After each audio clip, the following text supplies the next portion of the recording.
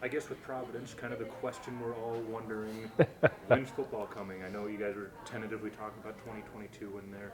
Just can you kind of update us on where the status is with your guys' exploration into adding football? Yeah, I think what you have to look at is the fact that we're trying the best we can to make everything else we do whole before that even gets on the table in a serious sort of way.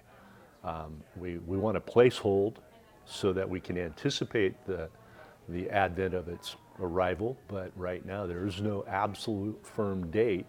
In fact, it's still an if, not a when. We'll be pretty close to 350 student athletes next year, and certainly it would be a disservice to them to move forward with anything before we take care of all of them. And that's really been my challenge the last 3 cycles, is to make sure that we're whole elsewhere before we go down that path. Because when we do, we want it to work well, and it's only fair to everyone that is currently there that we take care of their opportunities as well. When you're looking, we're getting the press releases from your guys up there. It seems like whether it's Keller or Himmelberg or whatever program, they're bringing in a lot of Montana recruits. I mean, what have you seen as far as kind of the growth of Providence? It seems like this is kind of booming over the past few years here. Well, I think the goal we had when I took the job, and my charge was to drive enrollment to the liberal arts schools through athletics, and a lot of that has to do with getting closer to Montana, because we were doing things that were marginal in terms of engaging the kids in our own community, basically. And I don't mean just Great Falls, I mean the whole community of high school athletics in the state. So it's encouraging that we've been able to attract some coaches and actually attract some that haven't even been announced yet, that are just right on the horizon, that will help in that regard as well. So we're pretty excited about that direction. One of the coaching hires that created a lot of buzz, Steve Keller, when he came to Providence, right around this time last year, maybe. It was about a year ago.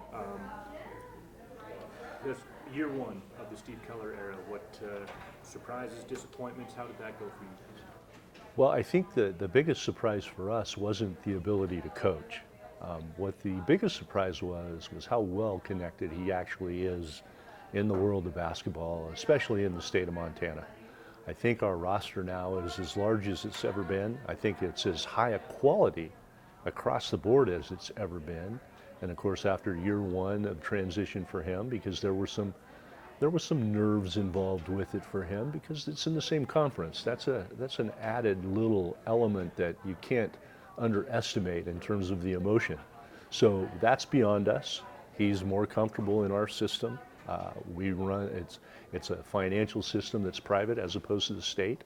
So he's no longer a rookie in our system. He's leading the charge in a lot of ways that I think were the intangibles we were hoping would surface, and it's certainly we got a few extra ones. So. I was talking to him.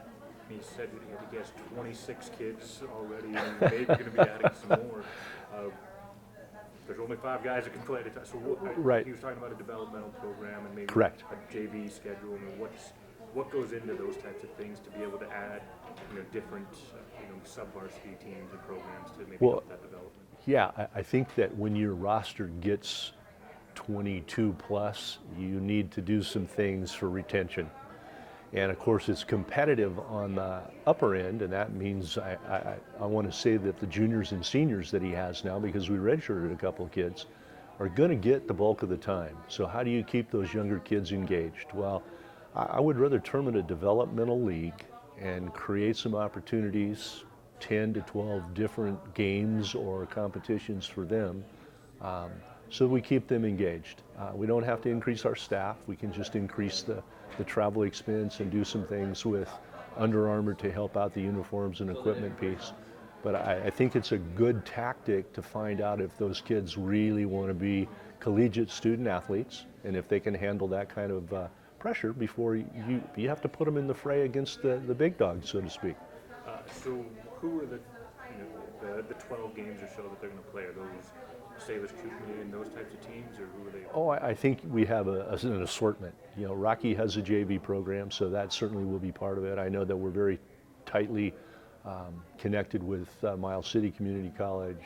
I know that we're going to go down into Wyoming and catch some of those folks. And certainly Salish is part of that as well, at least in conversation right now. Let's pivot a little bit to these Frontier Conference meetings. Okay. No knockdown, drag-out fights or anything in there. What's it like to get together with all the different athletic directors across the conference? Well, you know, perception is one thing, reality is another. And in this case, the reality of working with these folks is even a lot more enjoyable than the perception of what it would be when I first came in. So it's a pretty close-knit group, and it's a time when we all try to collaborate and create so that each of our programs can survive within the NAIA and then can grow within our conference. So it's a pretty darn collaborative model. And you've got us in Northern and Carroll playing some games in different sports and competitions in the Cascade Conference.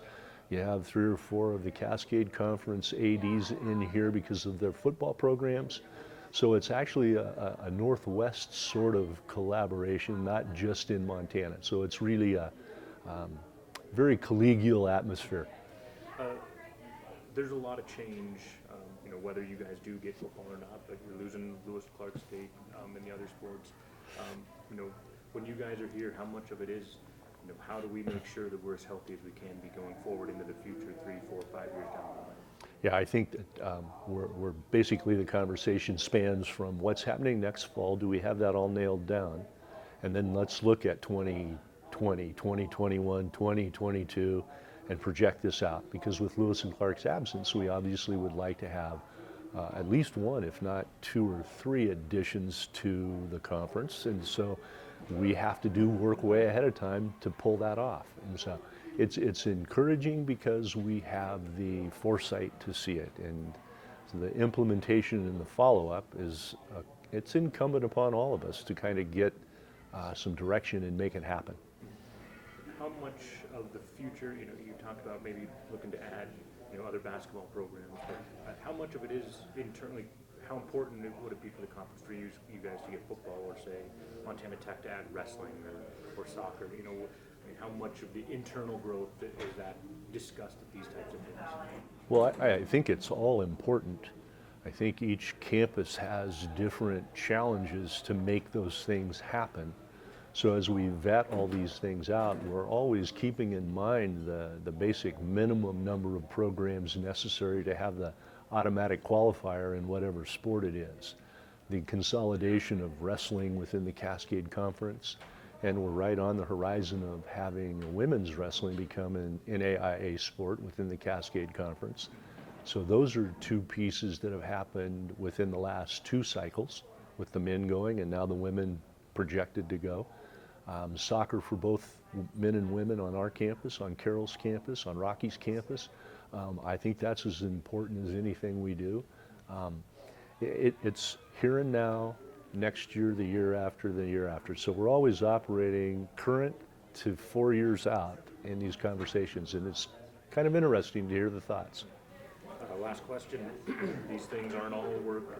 There's a little bit of play for you guys up here. What are some of the fun activities? And what do you learn about your colleagues? I guess I'm in the golf tournament tomorrow, I guess, the little round of golf we're playing. And so it'll be interesting to see how former coaches respond to bad things on the golf course. That's always insightful, right? Putting people in situations that elicit those responses that they have toward frustration, because I'm sure we're all going to lose a ball or 2.